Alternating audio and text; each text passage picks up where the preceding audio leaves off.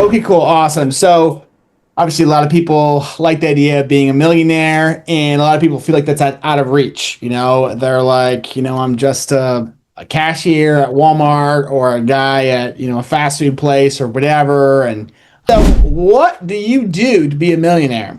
So, there's a couple things you need. First of all, you need a disparity or a difference between your income and your expenses. That's pretty obvious. So I'm going to give an example of my case where when I started when I was younger, I was the most I was able to do. My income was very low. Was by being super frugal was to do $40 a week. Um, and that's the most I could do. And that's not this fairly regularly, but there would be some birthdays and stuff where I couldn't do $40. It just wouldn't fly, Christmas or whatever. But the majority of weeks I was able to do like I would say 96%, 93%, something like that. Um and because I've tried to do free presents as well, like pick flowers from the park or whatever, I was trying to be very frugal. Dandelions, by Guys, the way, dandelions. I'm joking. That's fine. I didn't go anything immoral, Yeah. but it was very frugal. And that was just to get my starting beginning pool of capital to get started because with $20, it's hard to do anything no matter what your rate of return is. Once you get that pool of money up to $5,000, now we can start to do it. Once you get to like 50,000, now you're getting so 500,000. Now you're like financial freedom isn't that far away, Can you stop right there? And I'm sorry, I don't mean to interrupt, but one thing that our good buddy who we listen to, Warren Buffett, said Yeah. this was, but keep in mind, this is back in 1998, right? Where the money wasn't worth as much. He said the first, I believe he said 200,000, right, in 1990 was the most difficult. But once it went up to 200,000, you've got that snowball enough where each day is maybe like a day of work on fluctuation for your income. I'm sorry. I thought that was something I really wanted. Yeah, that's totally relevant. For me, yeah, that's one thing you have to know is your discipline is not going to last for 30 years or whatever. You're just trying to get to a point where your capital can start doing some work for you. You can start whipping those Benjamins to get them to start working for you instead of sweating yourself.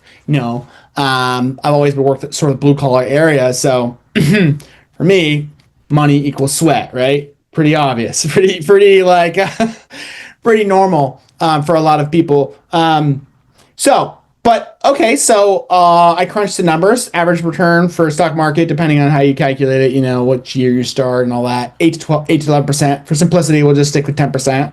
So if I just did that $40 a week compounded, I did that over 40 years. It's $1.1 million.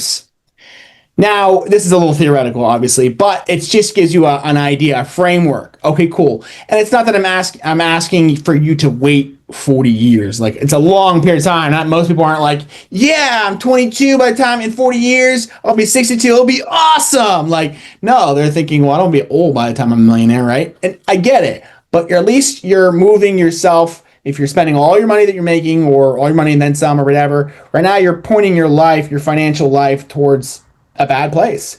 So with discipline, and for some people it might be a struggle, or for me and Chris, I know we're pretty disciplined.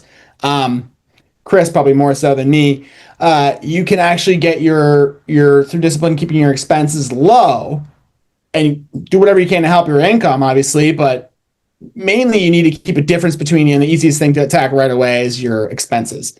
Income is not always the easiest thing to bump, especially if you have a life like a wife or kids or commitments, other commitments. You're taking care of aging parents, whatever it is. If you have other time constraints and you can't just punch in hours, or you need a lot of sleep and you can't like get away with just sleeping a little bit or whatever. So that's the main thing you can attack is your expenses, that Starbucks, that whatever it is. Eating out, obviously there's very common ones that it's nice, but we're just asking for, or this requires a discipline for a short time. So I was very disciplined, but this was for about a 1 year period.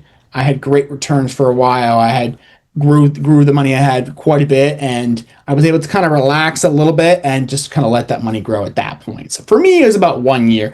Obviously, it depends on your returns and all that, but yeah. So that's 40 years. You have a 10% return, average stock market return. You're putting aside and hopefully your income up, and you can ramp that up to be $500 a week or something like that, because that's just to make that 40 years way shorter. So that's the first thing you need to know.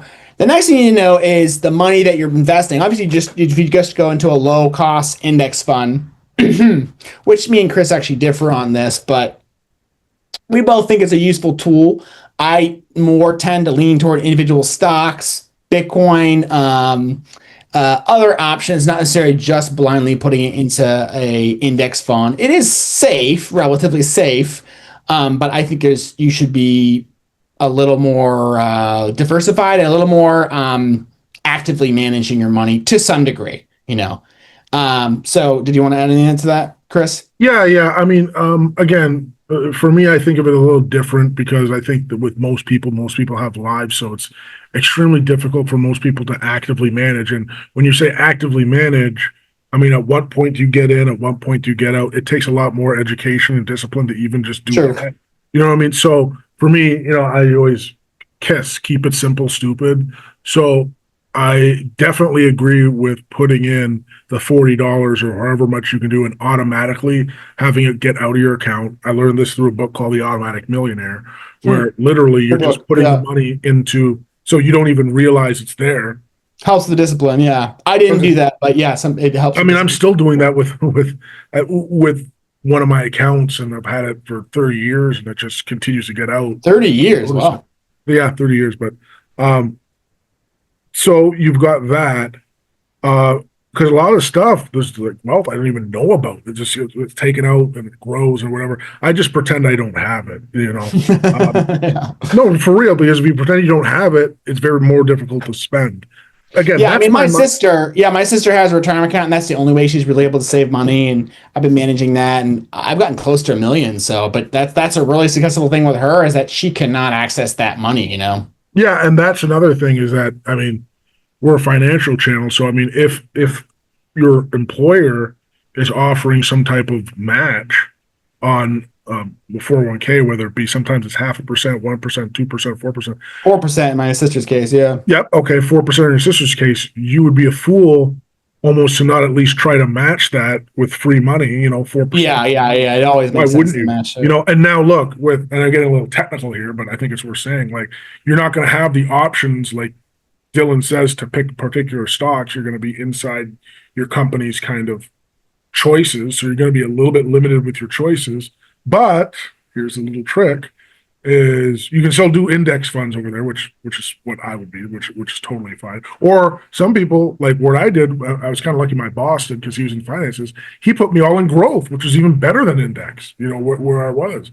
So that's what helped my money grow. That's number one. But number two is once you leave that job, you can always transfer it into your own personal and then buy stocks. Self-directed IRA, yeah. Yeah. So I wouldn't get too worried about having like less options, at work. But I would definitely, if your job has that type of advantage, you definitely want to take advantage of that, because that's how most Americans have their liquid kind of savings. Now, you're not supposed to touch that till you retire, unless under like some circumstances, like you're either buying a house or I think during COVID you could have taken it out for some like extenuating circumstances or something along those lines. But that's kind of meant to stay for your retirement. Yeah, absolutely. So, but that's important. The second thing that you need to focus on is not losing money in your investments, which you're just going to do a simple stock market index fund. It's pretty idiot proof. Individual companies, you can have some corruption or some misallocation of capital, or AI can crash or whatever. But overall, you're going to be okay. The incentives are pretty good in that system. So, but if you're going outside, and what I recommend is yes, it might be challenging with time, but try to do a little bit of learn a little bit about finance, a little bit of stock picking, a little bit about other things you can do with your money, even if you're not to a point where you do it. Like, how do you open a franchise? What's your average return? What's your net worth need to be? Like, how do you do a real estate deal? Like, what are your options for this pool of money to be best utilized? Do you have a friend that has amazing? I have a friend of a workmate that does really well with real estate. I haven't vetted him, so yeah, that's one thing that's very important is don't lose money. And there's a lot of even like I have an old coworker that has some stock market thing he's hooked up, and I looked into it, and it's total crap. The guy's not a bad guy, but he just has a terrible system that he's selling. So it's not necessarily only crooks are going to lose your money. People that are mistaken, people that are whatever. You got to be very careful with that pool of capital that you have as earmarked as your investment capital. You shouldn't be pulling money out of it ever. Only the returns from there. But yeah, you definitely don't want to lose that money. So, and that will help as you slowly put money in there and it slowly grows. It'll kind of increase your discipline. And you don't not like someone giving you $1 million. Like, yay, let's go buy everyone houses or whatever. This is something that you're going to kind of like hoard, like your little treasure, your little egg in your nest or whatever. So that's very important. Don't lose money. Do your homework. Have someone who's an expert in that space before you do an investment, like a franchise.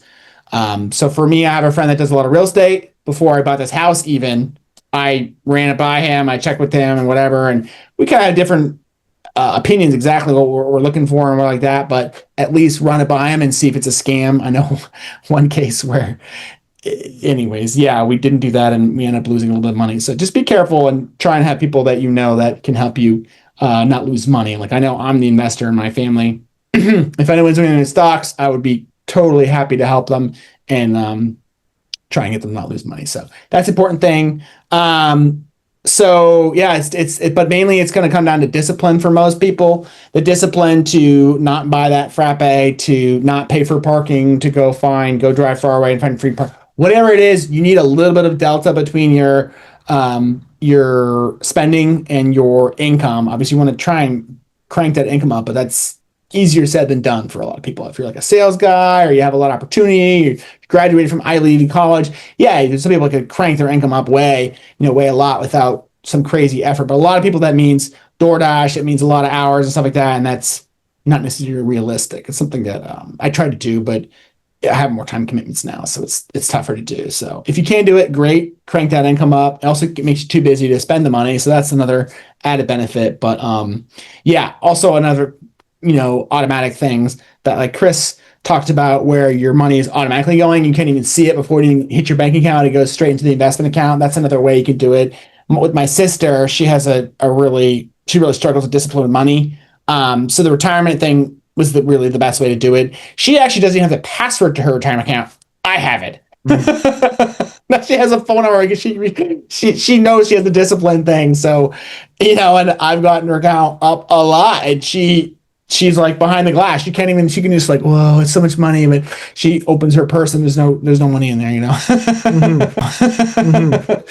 So it's important for her to know how she needs help with the discipline thing, but you do need discipline to get this. Otherwise the money will be gone. So any closing thoughts you want to add to that, Chris? Yeah, I mean, I pretty much agree with everything you said. I think obviously, Rome wasn't built in a day or however you want to call it, so just as you see it grow, protect it, be proud of it. I will say that this does, unfortunately, if you are like in your 60s or 70s and stuff, you know what I mean? Obviously, you're not going to have the time. So in that situation, it makes it a little bit more difficult because you don't have that time horizon. So I think the only thing you should really do is to work. I mean, right? I guess. Yeah, I mean, those are the main levers. I mean, you could have some great returns if you have some guy that you happen to know. I mean, your main assets, I think, when you're older, is a lot of people probably. You have a lot of experience and expertise in certain areas, I would assume, or know people that have expertise. Your income you've probably gotten your income at a decent level. Again, some older people haven't, but the vast majority of people, or is America centric here, obviously. Vast people that are up in that age have gotten their income up, through a college degree or through experience, and or they start their own company, whatever it is, like, you're start out at the bottom as a gopher and general contractor, and then now you're the GC, and now you're making 100 and something thousand, and you're 50, and maybe you don't do the work now, but you can kind of direct it. Maybe you shift from there to architect or planning or whatever other things where your income is still pretty decent. So that's and you don't need to be like young guy to still do your job, but your income should be up with your expertise. So Yeah, and here's just a little tip. I mean, at least what I've done is that you really want to invest in things that appreciate in value, not totally depreciate in value. So things that really depreciate in value are things like clothes, car, vehicles, um, fashion stuff. You know what I mean? Whatever it may be. eating out. I mean, like I said, Well, I know, but eating out's a little different because at least you do need sustenance, you know what I mean, or whatever. But and I guess some people need to drive, but new cars, okay, there I could be a little bit more specific. yeah, for sure. Used cars is a great savings. Yeah, Yeah, I mean, both used cars, people. yeah, exactly, like used cars and credit card debt. That's I mean, there's no positive for going into any type of credit card debt, even if, okay, let's say you want to be an automatic, we should have put that in AI. Let's say you want to be an automatic millionaire by putting that money on your credit card. You still wouldn't get out of the debt based on the appreciation you would get from the market because you're at 10% here, or normally credit cards are like 20% here. Yeah, average. So I mean, use that credit card, and pay off the entire balance, you know what I mean? Pay off the entire, don't leave balance on there, because actually that would be probably the number one thing I would do is pay off the credit card first, right? Because, yeah. Now I have mortgage debt. I'm not like in a rush to pay that off, but a lot of consumer debt, like high interest debt, basically that's could be a potential problem. Mortgage, you can refinance and there's lower rate. There's a lot of things that make mortgage debt a lot different than regular debt. Yeah, we said on our first or second podcast, go back all the way back in November or December. Yeah, we don't want you investing, even being automatic, if you have $10,000 in credit card debt. You're better off paying off that credit card debt. Yeah, Randy style, just get that debt, work on that debt, and then you keep that up. And then with that extra money you're paying off the debt, put that and start building that up. Yeah, exactly. Why? Because the credit card debt is going to be more than any market appreciation you're going to get. So you're going to want to get that debt down. Now, there is such thing as good debt. I think mortgage debt is mostly good debt. They call it the golden handcuffs. If you're at like the 3-point mortgage that you were lucky enough to sign before 2020, that's some good leverage you have against inflation, by being at that lower interest rate. So I'm not necessarily saying that all debt is bad. What we're essentially saying is you need to have the discipline to put the money in, right? You need to have the time period there to put the money in, and you need to know what to put the money in terms of making that 10%. Me personally, you're going to get that through the index fund. I think Dylan's a little different, where he wants 80% in an index fund and 20% in something else. Now, what those stocks are, you may want to talk about that. Like what stocks today would you have somebody put it in? Like, let's say you say 20%. What 2 stocks or 3 stocks would you put it in for a beginner? Yeah, I mean, it's going to depend on the person. So let's say, for example, let's bring up a scenario of like some guy, he just graduated college, he got a degree in something random. He doesn't have a big income when he's coming out. He got a degree in, I don't know, English or something like that. Comes out of college. Let's say he doesn't have a lot of debt. Maybe he has a little bit of debt and he's just looking for a job, and it's not the greatest job market right now. But he's familiar with English and whatever expertise he has. Let's say his dad is a dentist or something like that. Whatever he has to use whatever edge he has, so to speak, in my opinion. Okay, fine. 80% of his money, maybe even 95% of his money is going to go to index fund. But I think 5% should be invested because it gets you thinking like this is a capitalist society. So like, you need to stop thinking about, if you want to have a large pool of money and be using that money to live off of, you need to stop thinking of money as a tool that, like, something you do to get to just buy things like that you need. You need to start looking at money like as something that you use to make more money. And as you grow that with that mindset, you start growing your pile of investment money, which is a different category than spending money in your head, even though there's the same Benjamins. So you have that. So then you start. So that kind of helps, I think, with that sort of mindset. So let's say this, Chad or whatever this theoretical guy I'm talking about. Let's say he has a friend that's really good with electric cars. He follows a lot of electric cars, and he talks about up and coming competitor with Tesla. Let's say he learns a little bit about investing, and he takes a little bit of his money. Let's say he's doing $40, a week, and he's built up, over 6 months, he's built up a fund, whatever that would be, like, $600, whatever it is. So he's taking a very small percent, obviously, or a very, very small dollar amount and percent. Say he's putting $35 into this new electric company that's a competitor of Tesla. I think it gets him to follow the company. It starts to kind of get index fund is just sort of like a, blah, just a ticker. So I feel like that kind of helps his mindset, and like he's investing. He likes the CEO. He's following the company. I feel like it gets him started with that. So that's why I feel like obviously it's not really going to move the needle unless the stock like goes up 100x in a year. It's not really going to change his finances very much, but I think it's something. It can be other things too. He can, buy options or other things as well. Bitcoin, whatever he thinks he has any kind of edge or informational advantage or expertise or whatever. Okay. Well, we got about 5 minutes left. Did you want to talk a little bit about? Did you want to talk a little bit about anything more about the subject?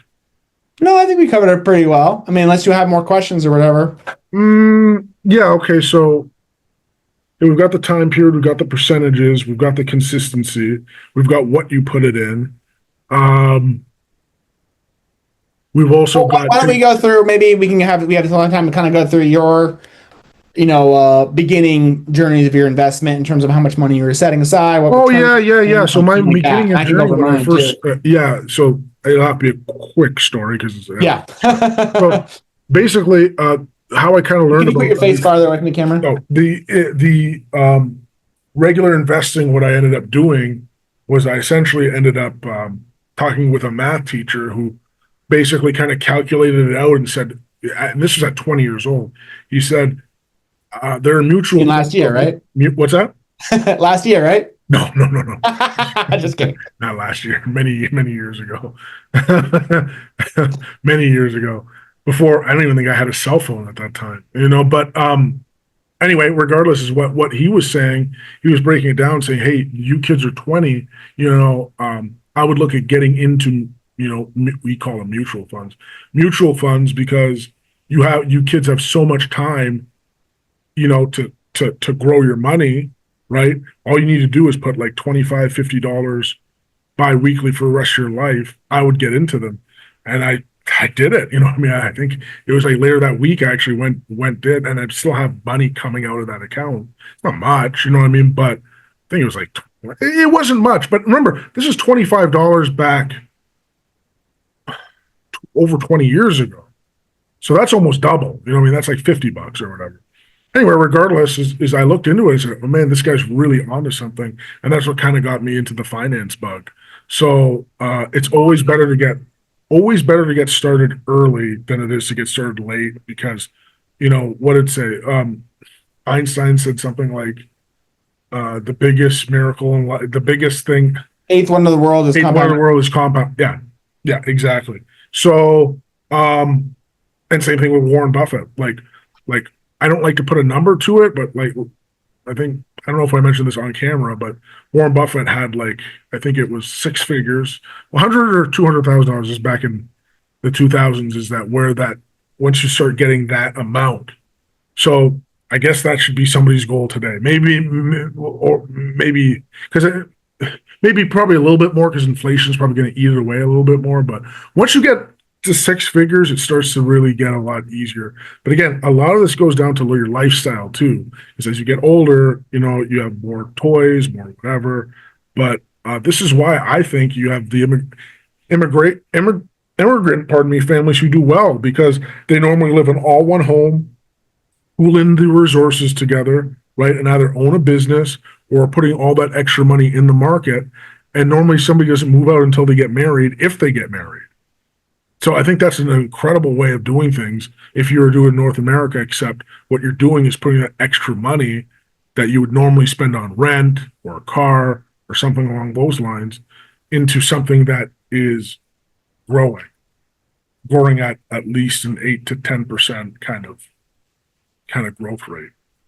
Yeah, I mean the return percent is pretty important. Like going to a savings account is not really going to move the needle Yeah, over. yeah. Doing it saving cash or sitting on cash isn't going to do it. Because I don't know if I mentioned this on the podcast, but it's worth mentioning again because, and I got about 1 minute here, so I'll be real quick with the story. Is that one of my friend's mom, who just passed away a few years ago at like 85, she had like, it was something big, like $45,000 after her first husband died. And unfortunately, back in like 1978, just put it in a sewing machine and just kept it in there. So that 48,000, which was worth, let's say in purchasing power, like 300 or 400,000, is still worth the 48,000 not doing anything in that sewing machine or whatever. I mean, I can't imagine if she would have put that just even in gold or the market or whatever, it would have been a lot better. So don't be that person who puts the money in the sewing machine. Final message. That's the final. Get out of cash. Stay out of cash, especially now. You know what I mean? With M2 money supply going just crazy. Yeah, inflation not under control. So there you go. $100 does not buy you. $100, which is the biggest bill, does not buy you very many groceries. I don't think. No. Not like it should. Not like it should. But I will say adios, gracias, and see you Till later. next time.